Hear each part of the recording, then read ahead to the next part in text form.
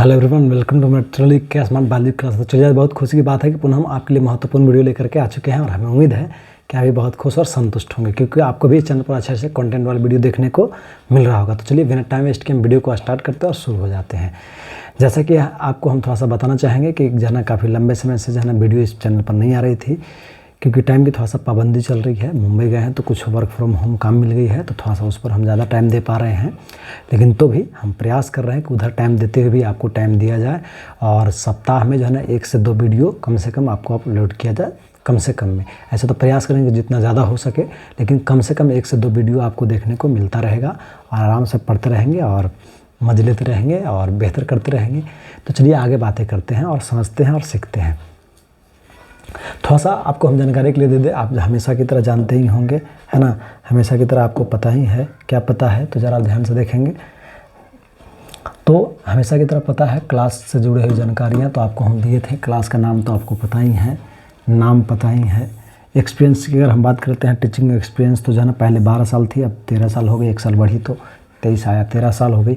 आगे बढ़ते हैं और आप हमें चाहें तो जो है ना, कहाँ तो यूट्यूब पर, फेसबुक पर, इंस्टाग्राम पर, जो है ना, टेलीग्राम पर, गूगल मैप पर, ट्विटर पर जो है ना, क्लास का नाम सर्च करके DK smart biology classes follow कर सकते हैं, अगर आप उचित समझें तो। चलिए आगे बढ़ते हैं और देखते हैं।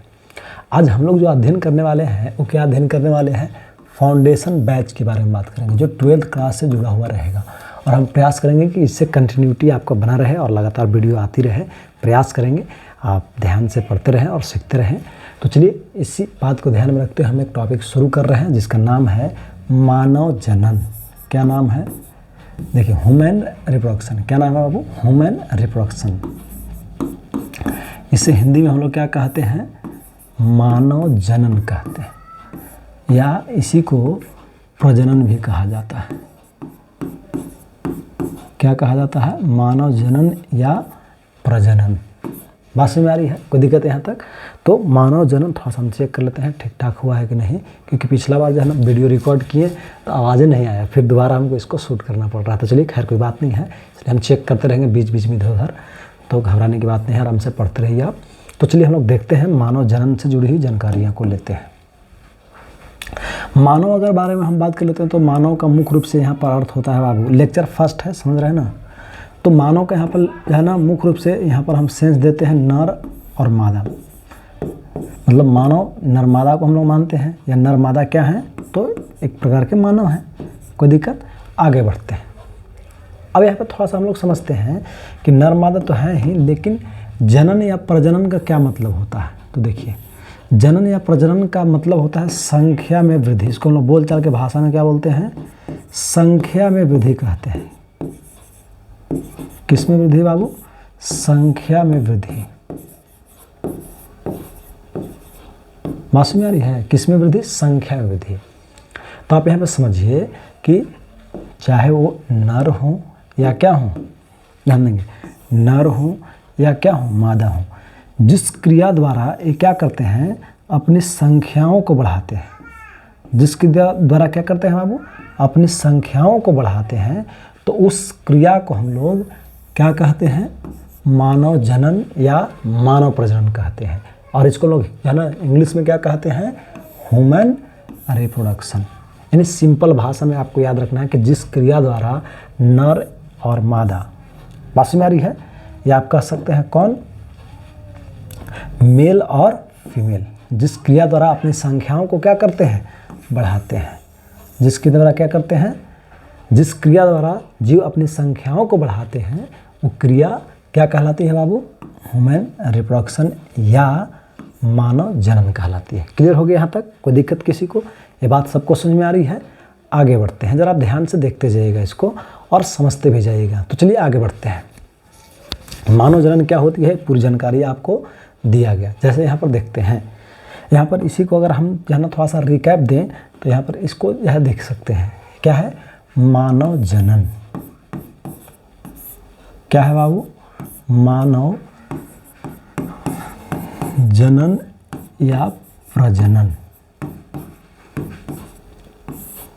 बात समझ में आ रही है? कोई दिक्कत है यहाँ तक? ये जानकारी आपको दिया गया है ना। अब इसे से जुड़ा हुआ हम लोग बातों को अध्ययन करते हैं और कैप्चर करते हैं। तो देखिए समझते हैं मानव जनन क्या होती है और मानव जनन से जुड़ा हुआ बातों को हम लोग कैप्चर करेंगे।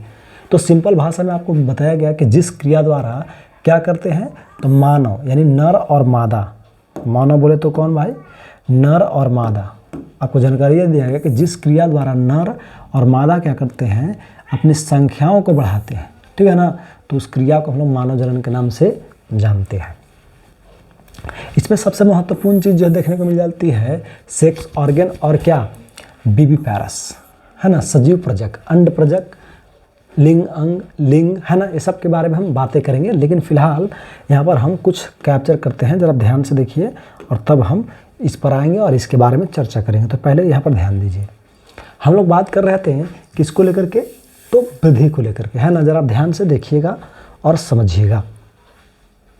तो यहाँ पर हमें इससे जुड़ा हुआ कुछ बातें को सीखते हैं और समझते भी हैं, थोड़ा सा देख लीजिए और उसके बारे में हम लोग बातें कर लेते हैं थोड़ा सा। अब देखते हैं तो बातें क्या जाती है, अब चलते हैं। गंदा लग रहा था तो थोड़ा सा हम इसको क्लियर कर लिए है ना। तो देखिए यहाँ पर हम लोग समझते हैं और इसको सीखते हैं। गंदा लग रहा था ना तो इसलिए साफ कर दिया इसको हम।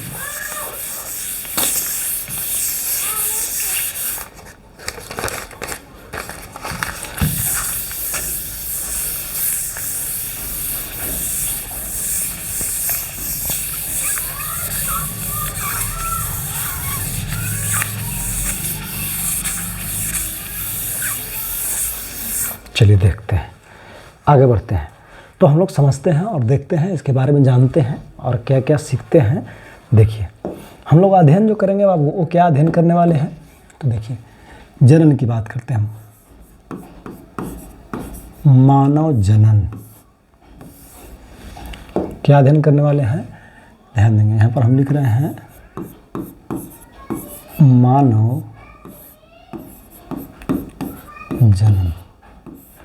देखिए मानव जनन करता है यानी मानव जब अपनी संख्याओं को बढ़ाता है, या कोई भी जीव जब अपनी संख्याओं को बढ़ाता है तो उससे क्या फ़ायदे होते हैं, इसके बारे में हम बातें करेंगे है ना। ज़रा ध्यान से देखिए, कोई भी जीव अपनी संख्याओं को अगर क्या करता है, बढ़ाता है, तो उससे हमें क्या फ़ायदे होते हैं, इसके बारे में हम लोग थोड़ा सा बातें करते हैं। ज़रा ध्यान से इसको देखिए।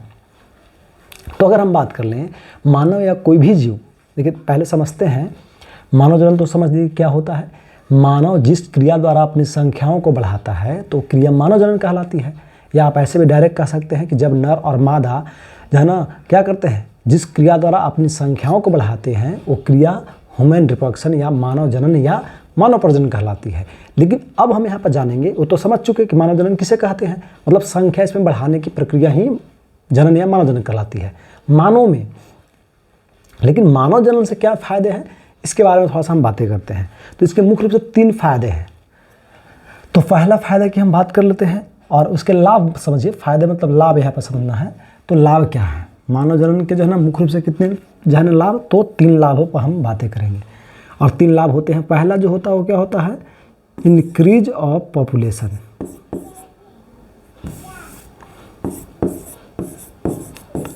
Increase of population.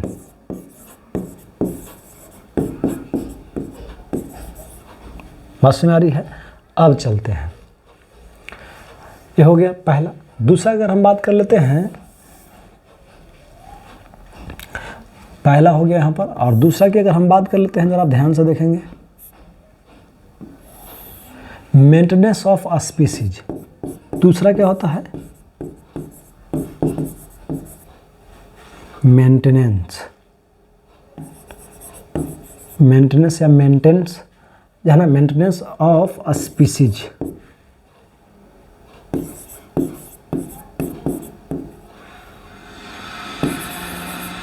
Maintenance of क्या हो गया, तो स्पीसीज हो गया।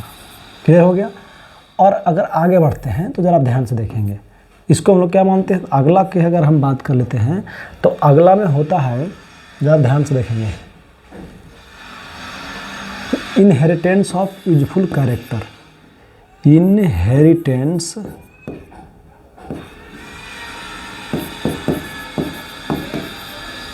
ऑफ यूजफुल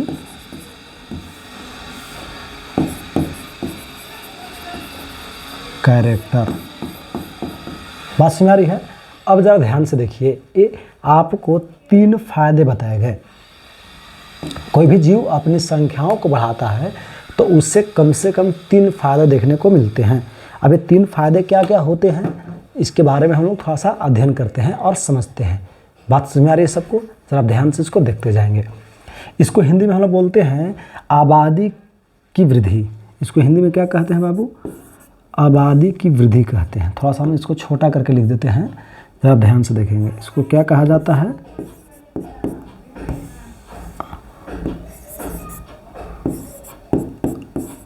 आबादी की वृद्धि, इसका हिंदी हो गया। कोई दिक्कत? अब इसका हिंदी हो गया क्या? जातियों का अनुरक्षण। जातियों का अनुरक्षण।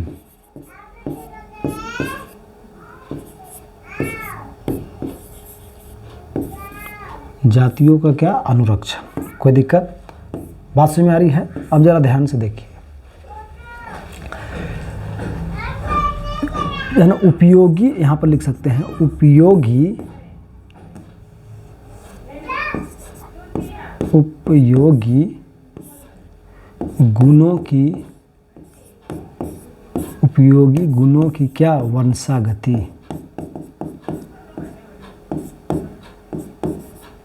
वंशागति। बात समझ में आ रही है? क्लियर हो गया? ये आपको बताया गया हिंदी में नाम। क्लियर हो गया ना यहाँ तक? अब चलते हैं, इसको समझते हैं। थोड़ा सा ध्यान दीजिए, क्या क्या हो सकता है और कैसे होगा। जैसे मान लिया जाए कि कोई भी जीव अपनी संख्याओं को बढ़ाया। यहाँ पर थोड़ा सा मैं एक डायग्राम आपको बना करके बता देते हैं। इसे देखिए, यहाँ पर इमोजी डायरेक्ट बना देते हैं। देखिए, इससे क्या हुआ?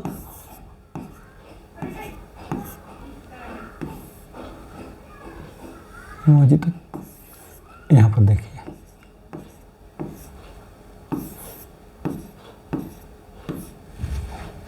फिर यहाँ पर हम आपको इधर कुछ दिखा देते हैं।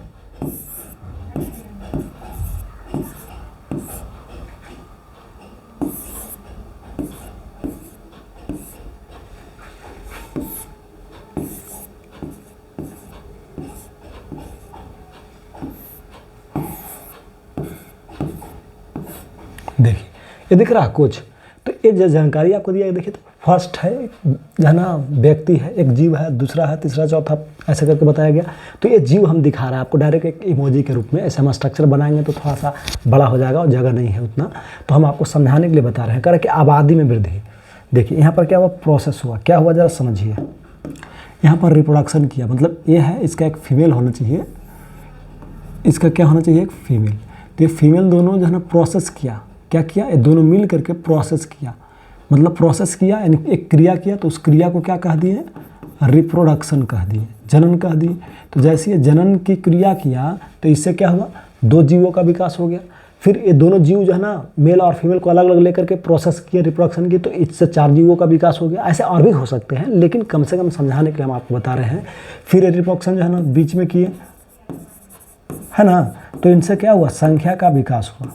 ये भी जनन किए, ये किए तो ऐसे जो है विकास हुआ, फिर इनमें हुआ जनन तो फिर ऐसे विकास हुआ, फिर इसमें करेंगे तो और भी विकास होगा, ऐसे चलता रहेगा। तो वही कह रहा है कि जब जनन की क्रिया होगी तो देखिए क्या होगा। अब देखिए, पहले कितने थे? जनन किया तो पहले कितने थे? 2 थे। अब कितने होंगे? 2 और 2 और बढ़ गए, 4 हो गए।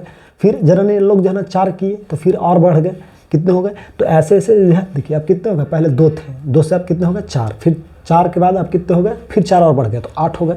तो पहले संख्या 2 थी, अब कितने हो गए? 8 हो गए। यानी क्या हुआ? आबादी में वृद्धि हुई।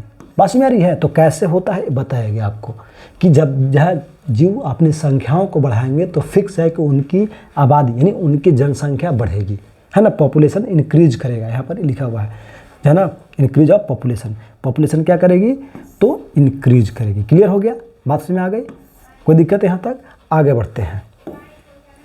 दूसरा है कह रहा कि जातियों का अनुरक्षण, जाति मेंटेन में रहेंगे। जैसे मेंटेन में कहने का कि इनकी अस्तित्व खत्म नहीं होगी। जैसे देखिए यहाँ पर ये क्या है, 60 साल तक जीवित रहेंगे, तो फिर ये जनन कर लिए तो 60 साल के बाद फिर ये 60 साल तक जीवित रहेंगे, फिर उसके बाद ये जनन किए तो ये 60 साल तक जीवित रहेंगे। यानी लगभग अगर देखा जाए तो जरा जब से शुरू हुआ 60 साल होते होते होते इनकी संख्या जो है बढ़ती रहेगी। जैसे एग्जाम्पल ये 2000 में मान लें कि जो है जन्म लिए, कितने ईस्वी में जन्म लिए, 2000 में। 60 साल कोई व्यक्ति जीवित रहता है तो ये कब तक जो है जीवित रहेंगे, 2000 में इनका जन्म हुआ। जरा आप समझिएगा, देखिए जैसे मान लें कि हम आपको बता रहे हैं कि 2000 में इनका जन्म हुआ, मान लेते हैं। तो जब 2000 में इनका जन्म हुआ तो उस स्थिति में हम लोग थोड़ा सा यहाँ पर कैप्चर करते हैं। देखिए क्या करते हैं, ज़रा समझिए इसको। ये 2000 ईस्वी में इनका जन्म हुआ, तो जब 2000 ईस्वी में जन्म हुआ तो ये 60 साल तक जीवित रहेंगे। यानी ये लगभग जीवित कब तक रहेंगे, 2060 तक। उसी बीच में जो है ना इन लोग का विकास हो गया। 2000 अगर हम बात कर लेते हैं तो 30 के आसपास में इनका विकास हो गया। 21-23 साल जो है मैरिज करने को लेकर के होता है, तो वही बीच में मान के चलिए 30 साल में इनका विकास हो गया। 30 साल में मैरिज वगैरह शादी उदी हुआ तो संतान का विकास हो गया। तो अब चलते हैं, तो 30 साल हुआ तो 30 साल प्लस कितना है, 60 साल तक के जीवित रहेंगे। तो ये 90 तक जीवित रहेंगे। ये कब तक जीवित रहेंगे, अगर हम बात कर लेते हैं तो 1990 तक जीवित रहेंगे, है ना, सॉरी 2090 तक। फिर जो है ना इनसे 30 साल बाद यानी लगभग कितना साल, तो 60 साल, 2060 में फिर इनसे विकास हुआ जो है ना जीवों का, तो ये भी 60 साल तक जीवित रहेंगे। यानी लगभग जो है ना 312 ईयर, देख रहे हैं ना, इतना ईस्वी तक जीवित रहेंगे। तो देखिए तो इनकी जो है ना कब से शुरू हुई थी जातियाँ, 2000 से शुरू हुई। जातियाँ कब से शुरू हुई, ज़रा ध्यान से आप देखिए तो यहाँ पर नोटिस कीजिए, तो ज़रा आप नोटिस कीजिए यहाँ पर जातियाँ कब से शुरू हुई। जातियाँ 2000 से शुरू हुई इनकी, और ये जातियाँ कब तक चल रही है, देखिए यहाँ 2000 के बाद जो है ना बल्कि 3012 तक चल रही है। यानी कहने का मतलब ये हुआ कि अगर जीव अपनी संख्याओं को बढ़ाएंगे तो उनकी जातियाँ लंबे समय तक सुरक्षित रहेगी, अनुरक्षित रहेगी, मेंटेन में रहेगी, किसी प्रकार की कोई समस्या नहीं आएगा। तो ये फायदा हो गया। अब चलते अगला है, कह रहा कि यूजफुल कैरेक्टर का जो है ट्रांसफ़र होगा, इंक्रीज करेगा। तो जो भी अच्छे गुण इनमें होंगे तो इसमें आएंगे, इसमें से उसमें जाएंगे। तो वही बता रहा है कि अच्छे गुण स्थानांतरित होते हैं। जैसे मान लीजिए कि जनन करेंगे तो हर लोग व्यक्ति क्या करता है कि हमारा जो है ना पति मिले तो बेहतर हो, पत्नी हो तो बेहतर हो। तो जो भी अच्छे गुण वाले लोग हैं तो उनका जो है ना क्या होगा, गुण आगे स्थानांतरित होते जाएगा। तो वही कह रहा है कि यूजफुल गुणों की वंशागति चलती रहेगी, और हर लोग वही चाहता है कि जो अच्छे गुण है वही मिले आपस में, ताकि और अच्छा जो है चीज़ें प्राप्त हो। तो ये चीज़ें हो गई। तो तीसरा आपको दूसरा बता दिया गया, और एक तीसरा आपको फ़ायदे बता दिए गए जनन के। यहाँ तक कोई दिक्कत है तो आप हमें बताइए। सबको क्लियर समझ में आ रहा है, आगे बढ़ते हैं। अब ज़रा ध्यान से देखिए, यहाँ पर जनन की बात तो हो गई। अब थोड़ा सा हम लोग आगे देखते हैं और समझते हैं। देखिए यहाँ पर समझिए, अब इसी को हम थोड़ा सा कैप्चर करते हैं। जैसे सेक्स ऑर्गन की बात करते हैं, और इसी को देखिए सेक्स ऑर्गन मुख्य रूप से कौन कौन होता है इसके बारे में हम बात करेंगे, है ना। जितने भी मेल है और ये क्या है, फीमेल है, तो इनके अंदर भी जो है ना लिंग अंग होते हैं। और ये क्या है, विविपैरस है और ओविपैरस है। तो इसके बारे में भी हम आगे बात करेंगे। इसको हिंदी में क्या कहते हैं, सजीव प्रजक कहते हैं। क्लियर हो गया, आगे हम बातें करेंगे। कोई दिक्कत, समझ में आ रही बात। अब जरा ध्यान से देखिए, यहाँ पर आगे चलते हैं। यहाँ पर हम दो पार्टीशन में इसको बांट देते हैं, और दो पार्टीशन में बांट करके इसको हम सिखा रहे हैं आपको। ज़रा ध्यान से देखिएगा, यहाँ पर थोड़ा सा इसको बड़ा कर लेते हैं।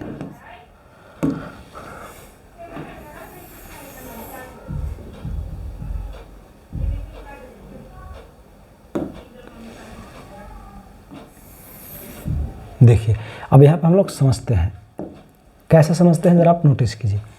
हम अध्ययन कर रहे थे क्या, तो एक जगह टॉपिक हम लिंग अंग की बात करते हैं, सेक्स ऑर्गन की बात कर रहे थे। सेक्स ऑर्गन, इसे हिंदी में क्या कहा जाता है, लिंग अंग कहा जाता है। इसको लोग हिंदी में क्या कहते हैं, लिंग अंग कहते हैं।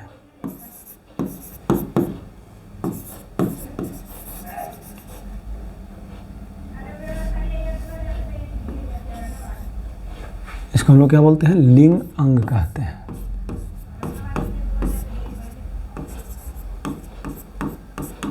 क्लियर हो गया। अब जरा ध्यान से देखिए, लिंग अंग के बारे में हम लोग थोड़ा सा अध्ययन करते हैं, जरा समझिए। सेक्स यानी क्या, हम आपको बताए होंगे कि जो ना सेक्स का अर्थ होता है मेल और फीमेल। क्या होता है, सेक्स का अर्थ क्या होता है, मेल और फीमेल। अब आपको लगेगा सर ज़बरदस्ती थोड़ी ऐसे होता है, तो देखिए हम आपको एग्जांपल देकर कुछ समझाएंगे ताकि आपको समझने में सुविधा हो जाए। मेल यानी क्या, सेक्स मतलब क्या, मेल या फीमेल। इसको हम लोग हिंदी में क्या कहते हैं, आगे हम आपको लिख करके बता देते हैं, मेल या फीमेल। इसको हिंदी में अगर हम बोलें तो इसको हम लोग नर या मादा कहते हैं, नर और मादा कहते हैं। क्या कहते हैं, नर और मादा कहते हैं। क्लियर हो गया यहाँ तक, बात समझ में आ रही है। अब देखते हैं अब कैसे। तो आप कभी कभी देखते होंगे फॉर्म वगैरह को भरते होंगे, कभी कभी आप नोटिस किए होंगे कि जब आप फॉर्म फिलअप करते हैं तो उसमें कुछ चीज़ें आप देखने को आपको मिलता होगा। अब क्या ज़रा समझिए, जैसे फॉर्म भरे तो वहाँ पे एक लिखा हुआ रहता है नेम, कॉलम रहता है, ठीक है। एक लिखा रहता है फादर्स नेम, ठीक है ना। उसके बाद लिखा हुआ रहता है सेक्स, यहाँ पर आप नोटिस करेंगे तो देखने को मिल जाएगा। और इसके जस्ट बॉक्स बना रहता है, यहाँ पर लिखा रहता है मेल, ठीक है ना। यहाँ पर रहता है क्या, फीमेल। और उसी प्रकार से यहाँ पर एक कॉलम बना करके लिखा रहता है अदर। क्लियर हो गया। अब ज़रा समझिए, दिख रहा है ना सबको। तो अब चलते हैं, ये जानकारी आपको हाँ दिख रहा है, चलिए देखते हैं। यहाँ तक दिखता है तो आप जैसे जो भी है आप अपने अनुसार मैनेज करते हैं। कैसे करते हैं ज़रा ध्यान से देखिए। यहाँ पर आप बोलते हैं जैसे आपका नाम क्या है, तो नाम आप नाम के सामने लिख देते हैं। जैसे हमारा नाम क्या है, दीपक कुमार, तो हम दीपक कुमार लिख दिए, है ना। कोई दिक्कत, फादर्स नेम हो गया तो हम फादर्स नेम यहाँ लिख लेंगे, है ना। सुरेंद्र सिंह, इस प्रकार से कोई दिक्कत। तो नाम लिख लेते हैं और फिर हम लोग यहाँ पर देखते हैं कि हम मेल हैं या फीमेल। सेक्स के सामने हम लोग देखते हैं मेल है या फीमेल, मेल दीपक मेल या फीमेल। तो अब देखते हैं कि हम मेल हैं या फीमेल, तो मेल में लगा देते हैं टिक आउट। तो यहाँ पर प्रूफ होता है कि जो है ना सेक्स को हम लोग मुख्य रूप से मेल या फीमेल के रूप में देखते हैं। देखिए वर्ड मीनिंग गलत है, ये सर्टिफिकेट पर ऐसे ही लिखा हुआ है इसलिए ऐसे ही चलता है। तो कोई घबराने वाली बात नहीं है कि सर जी गलत नाम लिखे हैं, तो इसलिए इस बात का ध्यान रखें। आगे बढ़ते हैं। तो जानकारी आपको दे दी है कि जो है ना सेक्स का अर्थ मेल और फीमेल क्यों है, क्लियर हो गया। अब आगे बढ़ते हैं, ज़रा ध्यान से देखिए यहाँ पर। अब इसको थोड़ा सा हम इरेज कर लेते हैं। देखिए अब ज़रा थोड़ा सा आगे बढ़ते हैं और बातें करते हैं। देखिए क्या आगे अध्ययन करते हैं, ज़रा समझिए इसको। तो यहाँ तक तो हो गया। अब हम ऑर्गन की बात करते हैं। तो ऑर्गन मतलब क्या, अंग। तो अंग हम लोग किसको मानते हैं, तो इसको हम बोलते हैं group of tissue. Group of क्या, टिश्यू।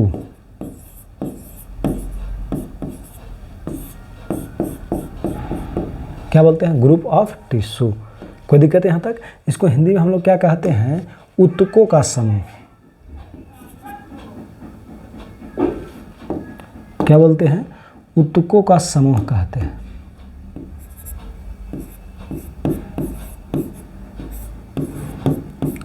ऊतकों का समूह। क्लियर हो गया, दिख रहा है आपको लिखा हुआ, जिसका स्पेस कम की वजह से हम इसमें इंक्लूड कर दिया। हाँ चलिए ठीक है, साफ दिख रहा है, ऊतकों का समूह। कोई दिक्कत, आगे बढ़ते हैं। क्लियर हो गई। अब जरा ध्यान से देखिए, यहाँ पर कह रहा है कि ऊतकों का समूह। तो अब देखते हैं कि आखिर ऊतकों का समूह कौन सा होगा। भाई बहुत सारे अंग हो सकते हैं, तो उसी प्रकार से अगर हम बात कर लेते हैं तो हमारे शरीर के अंदर मुख्य रूप से 2 अंग हमको कम से कम देखने को मिलते हैं। ऐसे अंग तो बहुत होते हैं, इसी में हम लोग थोड़ा सा चर्चा करते हैं, इस पर विचार करते हैं और बातें करते हैं। देखिए यहाँ पर ध्यान दीजिए, ऊतकों के समूह कौन कौन होते हैं, थोड़ा सा इस पर हम बातें कर लेते हैं और ज़रा ध्यान देते हैं। देखिए यहाँ पर, है ना। तो अब देखिए यहाँ पर ये क्या होगा, ऊतकों के समूह यानी एक हो गया। हम बात करते हैं तो हमें टेस्टिस देखने को मिलती है। क्या देखने को मिलती है, और एक ओवरी देखने को मिलती है। तो हम पहले ओवरी लिख लेते हैं, एक ओवरी हो गया, ठीक है। जिसको हिंदी में क्या कहा जाता है, हिंदी में हम बाद में लिखेंगे, ठीक है। अब चलते हैं दूसरे की अगर हम बात कर लेते हैं तो दूसरे को क्या कहा जाता है, जरा आप समझिए। दूसरे को कहा जाता है ना, टेस्टिज कहते हैं, टेस्टिज कहते हैं। और अगर थोड़ा सा हम हिंदी की बात कर लेते हैं तो ज़रा आप ध्यान से देखिए, इसको हम लोग हिंदी में क्या कहते हैं, अंडाशय कहते हैं। हिंदी में इसको क्या कहते हैं, अंडाशय कहते हैं। और इसको हम लोग क्या कहते हैं, वृष्ण कहते हैं। क्लियर हो गया, बात समझ में आ रही है। अब ज़रा नोटिस कीजिए, अंग हो गया क्या, मेल और फीमेल, सेक्स क्या हो गया, मेल और फीमेल। अंग क्या हो गए, तो ऊतकों के समूह। तो ऊतकों के समूह हमारे शरीर के अंदर जनन करने के लिए बहुत सारे होते हैं। उसमें से मुख्य जो होते हैं, एक क्या होता है, तो एक होता है, अगर बात कर लेते हैं तो क्या होता है, अंडाशय यानी जो है ओवरी होता है, और दूसरा क्या होता है, वृषण होता है। पास में आ रही है। अब देखते हैं, तो आखिर ये तो अंग होते हैं, लेकिन ये किस में देखने को मिलते हैं, इसके बारे में हम थोड़ा सा बातें करते हैं कि आखिर ये अंग हमें किस में देखने को मिलते हैं। तो इसके बारे में थोड़ा सा हम बातें करते हैं। तो आप समझिए, जो क्या होते हैं, फीमेल होते हैं, उनके अंदर जो होते हैं सेक्स ऑर्गन के रूप में मुख्य रूप से क्या पाया जाता है, है ना, वृषण, जब देख रहे सॉरी अंडाशय पाया जाता है। क्या पाया जाता है, अंडाशय। और उसी प्रकार से अगर हम फीमेल की बात कर लेते हैं, तो फीमेल में हमें क्या देखने को मिलती है, इसके बारे में हम थोड़ा सा बातें करते हैं। तो सॉरी मेल ना है, हाँ फीमेल तो हो गया, मेल की बात करते हैं। तो मेल में हमें जो मुख्य रूप से देखने को मिलते हैं वो क्या मिलते हैं, वृषण मिलते हैं। पास में आ रही है, क्या देखने को मिलते हैं, मुख्य रूप से वृषण हमें देखने को मिलते हैं। यहाँ से आप नोटिस कीजिए, क्या देखने को मिलते हैं, तो वृषण देखने को मिलते हैं। कोई दिक्कत। अब जरा ध्यान से आप यहाँ पर समझिएगा कि जो लिंग अंग होते हैं, यानी देख रहा ना यहाँ पर सेक्स ऑर्गन, लिंग अंग जो होते हैं मुख्य रूप से किसके लिए, जरा ध्यान से देखिए, किसके लिए, तो स्त्रियों के लिए क्या होता है, तो जानकारियाँ दिया गया, अंडाशय होती है। और अगर हम पुरुषों की बात कर लेते हैं, तो पुरुषों के लिए क्या होती है, तो वृषण होता है। कोई दिक्कत। यानी ये प्रमुख जनन अंग होता है, किसका बोलेंगे, तो नर का ये होता वाला होता है, और मादा का ये वाला होता है। अब जरा ध्यान से देखिए यहाँ पर, अगर ये जो है दोनों अंग क्या करते हैं, जनन में भाग लेते हैं, या जिस जनन में ये दोनों अंग कौन कौन, ये जो लिंग अंग है वृषण और अंडाशय, ये दोनों जन अंग यानी लिंग अंग अगर भाग लेते हैं, तो वैसे जनन को हम लोग क्या बोलते हैं, लैंगिक जनन कहते हैं। क्या कहते हैं बाबू, लैंगिक जनन कहते हैं। बात में आ रहा है। इन्हें हम लोग सेक्सुअल रिप्रोडक्शन कहते हैं। क्या बोलते हैं, सेक्सुअल रिप्रोडक्शन के नाम से हम लोग जानते हैं। इसे क्या कहा जाता है, लैंगिक जनन कहा जाता है। बात समझ में आ रही है। जिस जनन में इन दोनों अंगों का योगदान होती है, वैसे जनन को जनन क्या कहा जाता है, लैंगिक जनन या सेक्सुअल रिप्रोडक्शन के नाम से जाना जाता है। लेकिन ज़रा ध्यान दीजिए कि जिस जनन में इन दोनों अंगों का कोई यूज नहीं होता है, या इसका कोई विशेष महत्व नहीं होता है, तो वैसे अंगों के बारे में वैसे जननों के बारे में अगर हम बात करें, जिसमें ये भाग लेते हैं, जिसमें ये अंग क्या कर रहे हैं, भाग ले रहे हैं। भाग क्या कर रहे हैं, ले रहे हैं। तो जैसे भाग ले रहे हैं,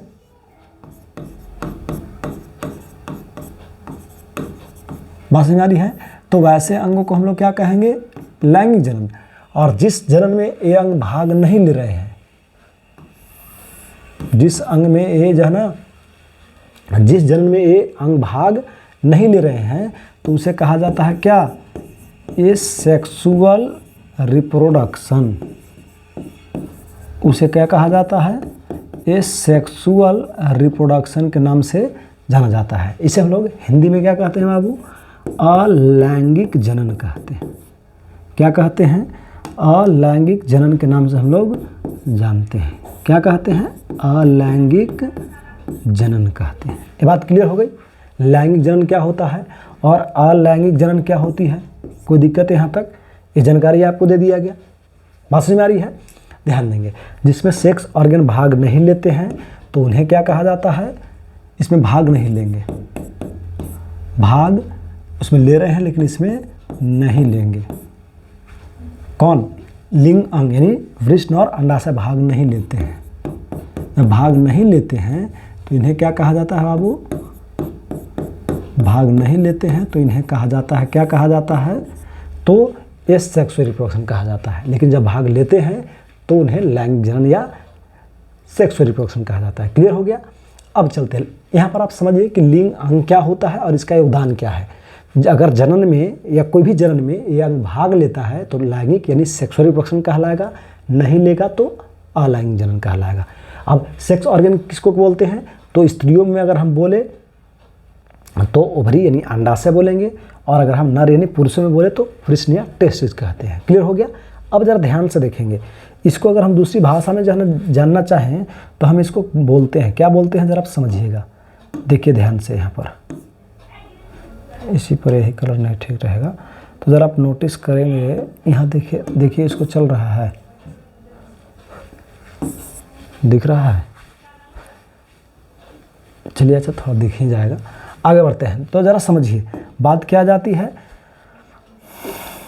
चलिए इसको लेते हैं। तो देखिए अगर हम बात कर लेते हैं तो जरा क्या फीमेल का एक प्राइमरी सेक्स ऑर्गन भी माना जाता है। फीमेल का एक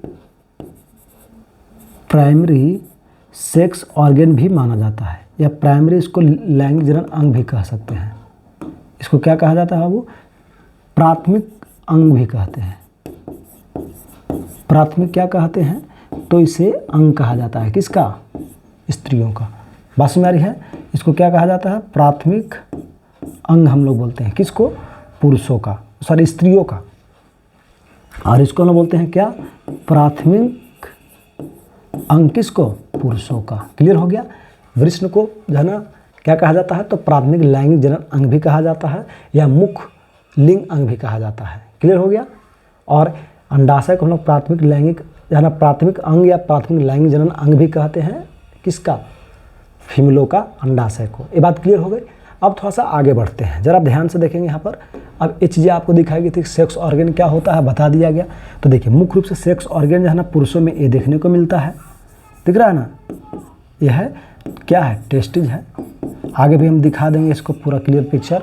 और देखिए ये जो संरचनाएं आपको दिख रही है इसको हम लोग ओवरी कहते हैं। देखिए एक इधर भी है, यहाँ पर भी है। तो ये जो दोनों अंग जो दिख रहे हैं ये ओवरी है, तो ये भी जो है ना प्रमुख जनन अंग माना जाता है। ये बात क्लियर हो गई। अब थोड़ा सा आगे बढ़ते हैं, इसके बारे में हम बात करते हैं, लेकिन फिलहाल समझिए और देखिए कि ये होता क्या है। देखिए लिंग अंग तो आपको जानकारियाँ दी गई, थोड़ा सा यहाँ पर आप चेक कर लेंगे। यहाँ पर देखिए लिंग अंग देखने को मिल जाएगा। तो जो लिंग अंग है, एक पहले फिगर आप शुरू में देखे थे, ये दिखाया गया, जिसमें कि यहाँ पर मेल और फीमेल का जनन, मेल का और फीमेल का जो है जनन अंग दिखाया गया है।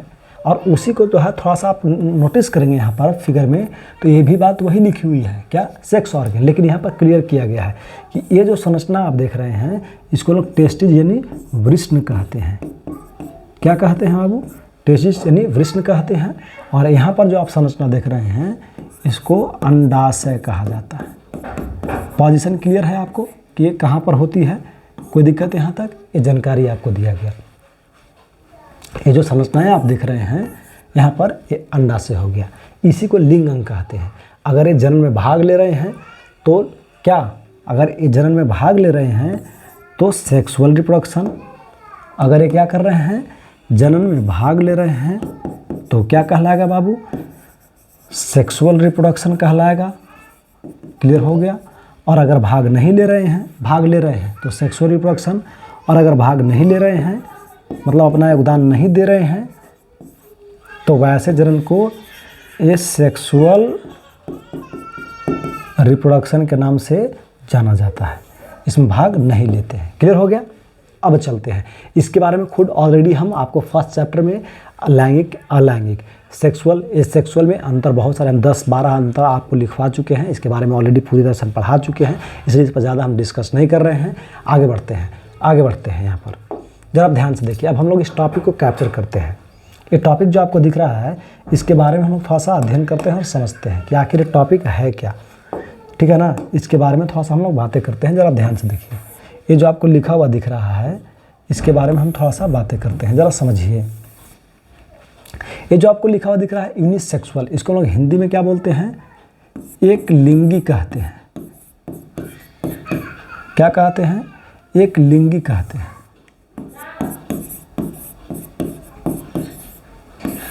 क्या कहते हैं, एक लिंगी कहते हैं।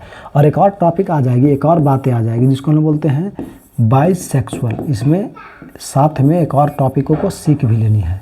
हम लोग क्या बोलते हैं, उसको बाइसेक्सुअल कहते हैं। इसे हिंदी में क्या कहा जाता है, तो द्विलिंगी बोलते हैं, द्विलिंगी कहते हैं। बात समझ आ रही है, क्या कहते हैं, द्विलिंगी। अब इन दोनों बातों को हम लोग एक एक करके थोड़ा सा कैप्चर करते हैं, जरा आप समझिएगा। वैसे जीव जिनमें नर और मादा अलग अलग पाई जाती हो, वैसे जीव जिनमें क्या हो, मतलब एक ही बॉडी में नर और मादा न रह करके नर और मादा क्या हो, अलग अलग हो। नर और मादा क्या हो बाबू, अलग अलग हो। बात समझ में आ रही है? कुछ बताया गया कि जब किसी जीवों के बॉडी में या एक ही शरीर में नर और मादा एक साथ न रह करके क्या रहता हो, अलग अलग रहता हो, तो वैसे जीवों को हम लोग क्या बोलते हैं, एक लिंगी कहते हैं। क्लियर हो गया? क्या कहते हैं बाबू? वैसे जीवों को हम लोग एक लिंगी के नाम से जानते हैं। ये बात क्लियर हो गई? अब एक लिंगी जीव के एग्जाम्पल्स कौन कौन होते हैं, तो देखिए यहाँ पर सिंपल भाषा में आपको देखिए तो क्या दिखाया गया है, मानव दिया गया है। एग्जाम्पल्स के रूप में क्या है, मानव है। ज़रा आप देखिएगा, यहाँ पर नोटिस कीजिए। एग्जाम्पल्स के रूप में क्या दिए गए हैं, मानव दिए गए हैं। और भी जानवर में हो जाएंगे, गाय हो जाएंगे, भैंस हो जाएंगे, बकरा, etc। और भी बहुत सारे नाम लिख सकते हैं आप, कोई दिक्कत वाली बात नहीं है। तो यहाँ तक जानकारी आपको दिया गया है ना, ऊपर नाम दिए गए। अब ज़रा देखिए तो कैसे, अब देखिए तो यहाँ पर दिख रहा है मेल, मानव दिख रहा है, तो मानव में क्या है, अब ज़रा ध्यान से देखिए तो ये नर है, ये क्या है, मादा है, दिख रहा है। तो ज़रा आप नोटिस कीजिए तो कि मानवों में नर और मादा क्या है, अलग अलग है ना, एक ही शरीर में नहीं है, बल्कि दोनों दो गो हैं, तो एक लिंगी माना जाएगा। जैसे कैसे हम हैं तो नर है, एक और ऐसे ही शरीर रहे तो मादा, स्त्री अलग तो अलग अलग हो गए, एक ही शरीर में नहीं, मतलब ये हमारे साथ हम ही में ही दो नहीं हैं, हम नर अलग हैं, मादा अलग हो सकती है। लेकिन अगर हम ही दोनों में रहते, हम ही दोनों हमारे शरीर के अंदर ही दोनों रहता, नर भी और मादा भी, तो हम द्विलिंगी उसको मानते। लेकिन ऐसा है नहीं, हम नर है फिर मादा अलग होती है, या अलग होता है लोग, है ना। अब देखते हैं, तो ऐसा जानकारी आपको दिया गया कि जब जीवों के एक ही शरीर में नर और मादा न रह करके अलग अलग होते हैं, जैसे यहाँ पे एग्जांपल में आपको दिखाया गया, तो इसको हम लोग क्या बोलते हैं, एक लिंगी या यूनिसेक्सुअल कहते हैं। क्लियर हो गया? लेकिन अगर हम द्विलिंगी की बात करते हैं, जिसमें नर और मादा दोनों में होते हैं, नर एवं मादा क्या हो, नर और मादा दोनों एक साथ हों। जरा इधर हम लिख देते हैं कि जना जीवों के शरीर में क्या हो, नर एवं मादा, नर एवं क्या हो, मादा एक ही शरीर में हो, मतलब साथ में हो या एक ही शरीर में हो। बात समझ में आ रही है? नर और मादा क्या हो, साथ में हो। बात समझ में आ रही है? तो इसे क्या कहा जाता है, द्विलिंगी कहा जाता है। क्या कहा जाता है, द्विलिंगी कहा जाता है, जिसमें नर और मादा साथ में होते हैं। जैसे यहाँ पर हम आपको एग्जाम्पल्स के बारे में कुछ जानकारी देते हैं। जैसे आप नाम सुने होंगे केचुआ का, केचुआ हो गया, जोक हो गया इत्यादि। ऐसे और भी नाम बहुत सारे होते हैं, लेकिन इतना समझिए केचुआ, जोक, टेपवर्म भी होता है, स्पंज वगैरह भी कहीं कहीं जिक्र होती है। तो इस बात का ध्यान रखें कि ये सब द्विलिंगी जीव माने जाते हैं। ऐसे बहुत सारे होते हैं, पौधे भी होते हैं बहुत सारे, लेकिन यहाँ पर हम मानव की बात कर रहे हैं, इसलिए पौधे के बारे में कोई एग्जाम्पल आपको नहीं दी गई है। इससे आपको हम पहले भी पढ़ा दिए होंगे, जब हम आपको फर्स्ट चैप्टर पढ़ा रहे होंगे, तो उसमें जो है ना एक लिंगी पौधे, एक लिंगी जीव, एक लिंगी जंतु से जुड़ी हुई जानकारी आपको ऑलरेडी दिया हुआ है और एग्जाम्पल्स भी बताए गए हैं। तो इसलिए घबराने की बिल्कुल बात नहीं है। अब इसको छोड़ते हुए आगे बढ़ते हैं, क्योंकि ऑलरेडी पढ़ाया हुआ है टॉपिक। अब चलते हैं आगे बढ़ते हैं। हाँ देखिए, ये भी टॉपिक पहले भी आपको फर्स्ट चैप्टर में जिक्र किया हुआ है ना। ज़रा ध्यान से देखिए क्या जिक्र किया हुआ है, देखते हैं, आगे बढ़ते हैं। देखिए यह क्या लिखा हुआ है यहाँ पर, आप देख रहे होंगे विविपैरस लिखा हुआ है।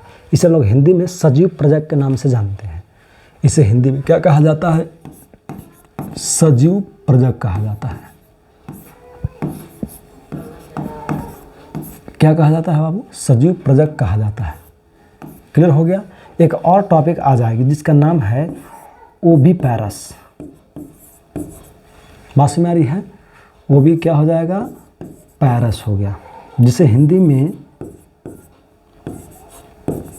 अंडप्रजक के नाम से जाना जाता है। क्लियर हो गया? यहाँ तक समझ में आ रही बात? अब चलते हैं, ज़रा ध्यान से देखते जाइएगा और इसको समझिएगा।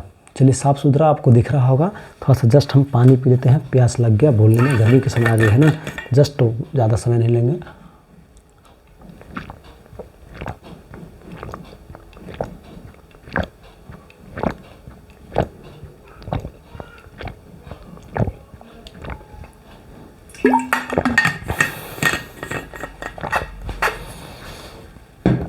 आगे बढ़ते हैं। तो देखिए, तो अंडप्रजक हो गया और सजीव प्रजक हो गया।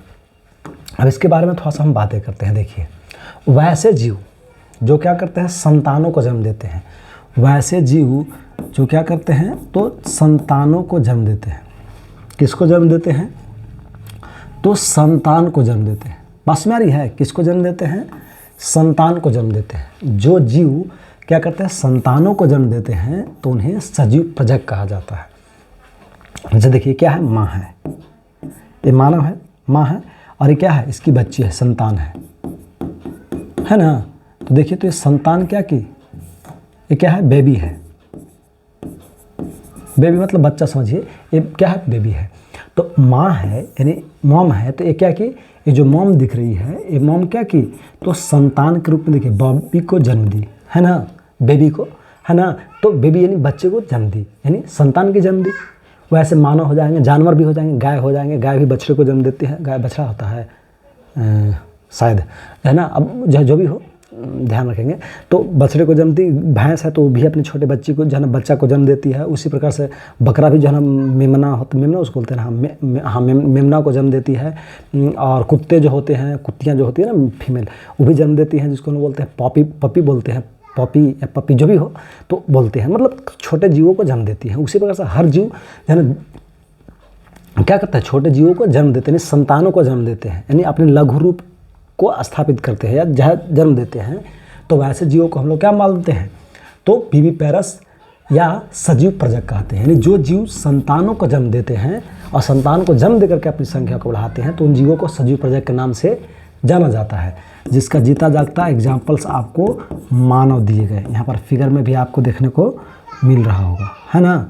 तो क्या, मानव, कोई दिक्कत। उसी प्रकार से अगर हम बात कर लेते हैं, गाय के भी बच्चे होते हैं, छोटे छोटे होते हैं, भैंस हो गया, बकरा हो गया, बकरी, इटिसी, कुत्ता हो गया, बहुत सारी चीज़ें हो गई। अब देखते हैं, आगे बढ़ते हैं। अब हम लोग नोटिस करते हैं किसको लेकर के, ज़रा समझिए यहाँ पर, देखिए ध्यान से।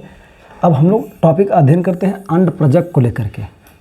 तो वैसे जीव जो क्या करते हैं, अंडे को जन्म देते हैं, कोई भी जीव जो अंडे देते हैं या आप अंडे के माध्यम से अपनी संख्याओं को बढ़ाते हैं, जो जीव अंडे के माध्यम से अपनी संख्याओं को बढ़ाते हैं या अंडे देते हैं, तो उन जीवों को अंडप्रजक कहा जाता है। क्या कहा जाता है बाबू?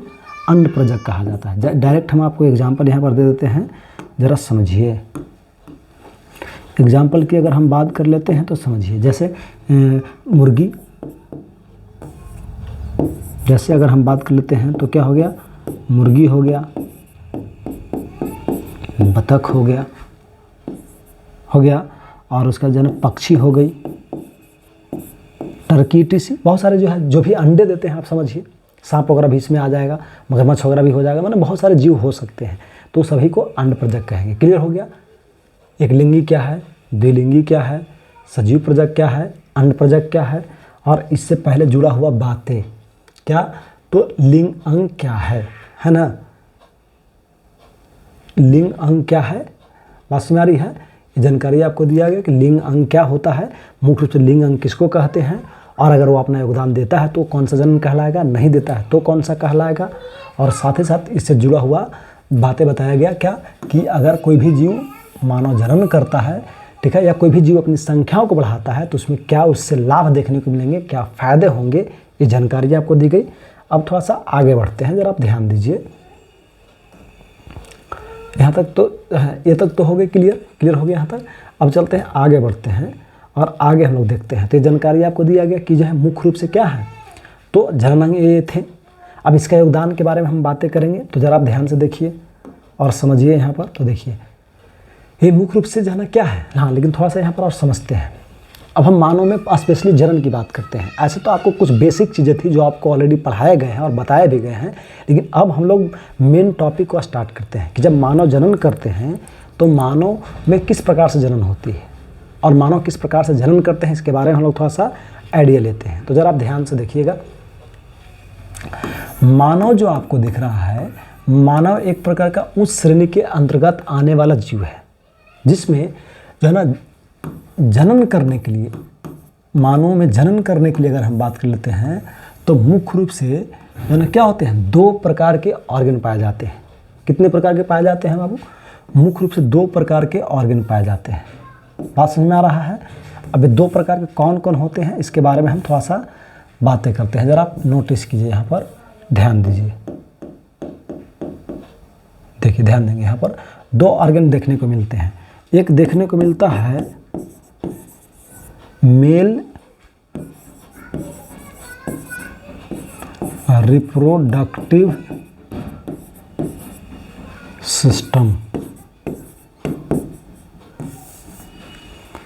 मेल रिप्रोडक्टिव सिस्टम, और दूसरे की अगर हम बात कर लेते हैं तो देखने को मिलता है, स्पेस कम है, थोड़ा छोटा लिखते हैं, मेल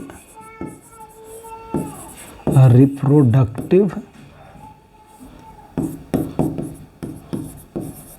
सिस्टम, और दूसरा जो होता है वो होता है फीमेल रिप्रोडक्टिव सिस्टम, फीमेल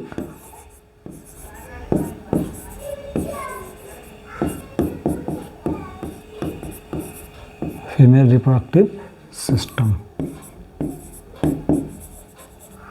बात समझ में आ रही है? जरा ध्यान से देखिए, बात क्या जाती है, इसको लोग हिंदी में बोलते हैं नर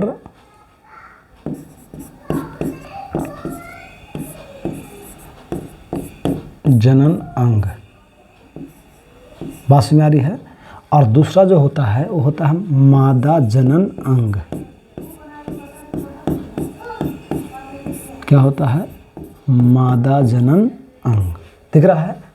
अब जानकारी आपको दिया गया कि मुख्य रूप से जो है ना मानव में जनन करने के लिए 2 प्रकार के सिस्टम या ऑर्गन होते हैं। बात समझ में आ रही है?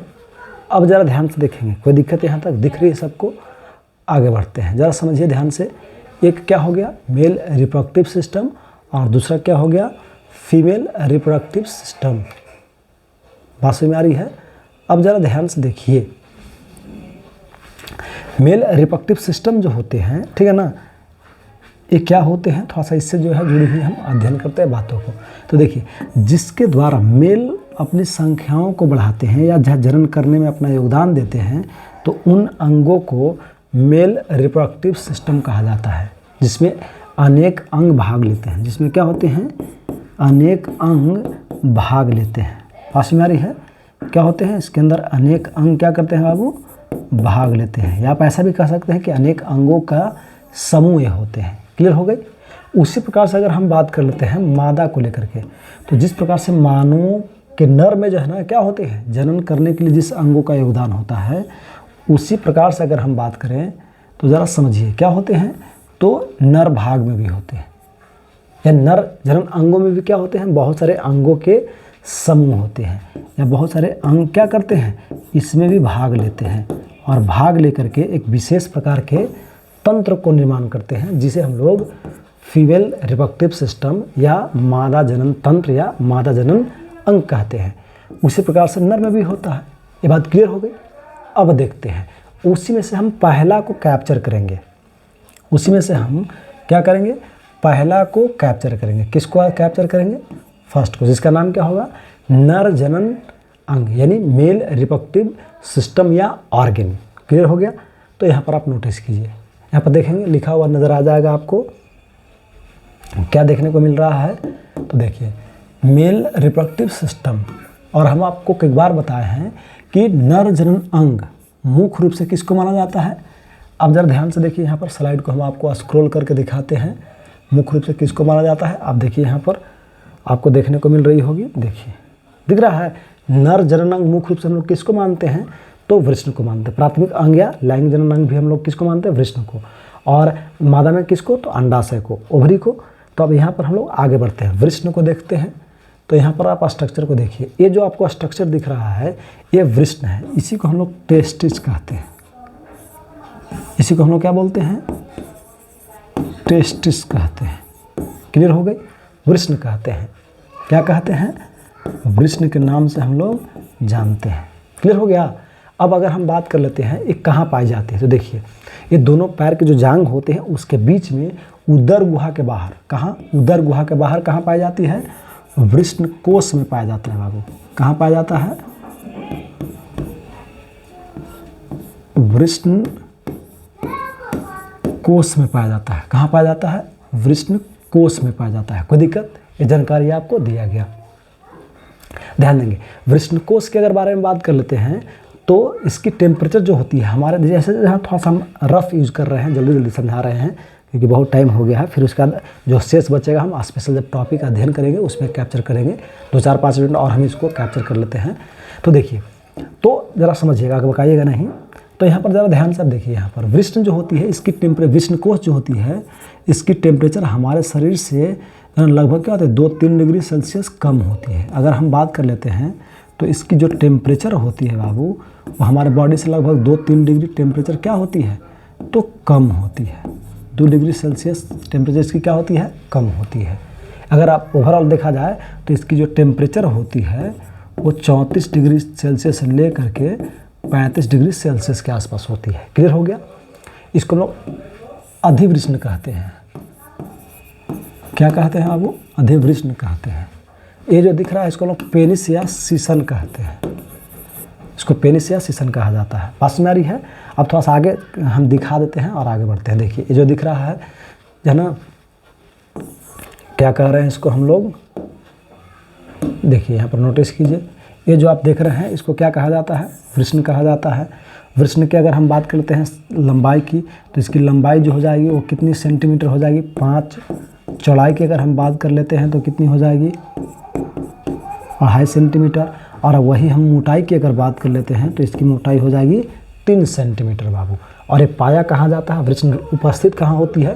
तो देखिए पैर का जांघ है, एक दाहिने पैर का दिखाया जा रहा है, तो दोनों पैरों के जांघ के बीच में एक भाग होता है उदर गुहा के बाहर, जिसका नाम है क्या? आस्कोटम, उसमें पाई जाती है। इसकी टेम्परेचर जो होती है हमारे शरीर से लगभग कितने डिग्री? तो 2 से 3 डिग्री कम टेम्परेचर होती है। अगर हम बात कर लेते हैं तो इसकी टेम्परेचर जो होती है वो 34 से 35 डिग्री सेल्सियस होती है। कितनी होती है बाबू? 34 से 35 डिग्री सेल्सियस होती है।